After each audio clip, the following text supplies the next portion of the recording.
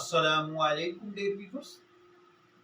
हमारा आज का टॉपिक है, अगर कुर्बानी का जानवर ज़िबा करते वक्त उसमें कोई ऐब पैदा हो जाए तो क्या ये कुर्बानी कबूल होगी या नहीं, या इस जानवर की कुर्बानी करना अच्छा है या नहीं। अगर जानवर को ज़िबा करते वक्त उसमें कोई ऐब पैदा हो जाए, फॉर एग्जाम्पल उसकी टांग टूट जाए, आँख फूट जाए, तो उसकी कुर्बानी सही कौल के मुताबिक उलमाए अहनाफ के नज़दीक जायज़ है, खा उसी वक्त ज़िबा करे या थोड़ी देर के बाद ज़िबा करे, बशर्ते कि कुर्बानी का वक्त बाकी हो, क्योंकि उसने जानवर को ज़मीन पर इसीलिए लिटाया है ताकि उसको ज़िबा करके अल्लाह की रज़ा और खुशनुदी हासिल करे। लिहाजा इस हालत में जानवर के किसी भी उज़व को तलफ करना तकर्रुब कहलाएगा।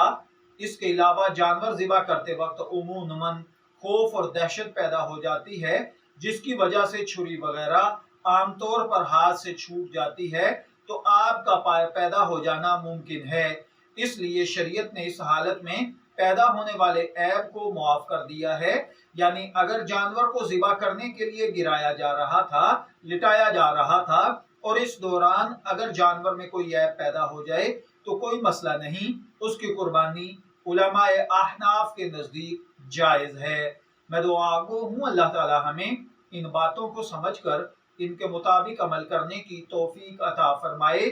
शब्बीर अहमद को इजाज़त दीजिए, फिर हाजिर होंगे किसी नई मालूमाती वीडियो के साथ। तब तक के लिए अल्लाह हाफिज़।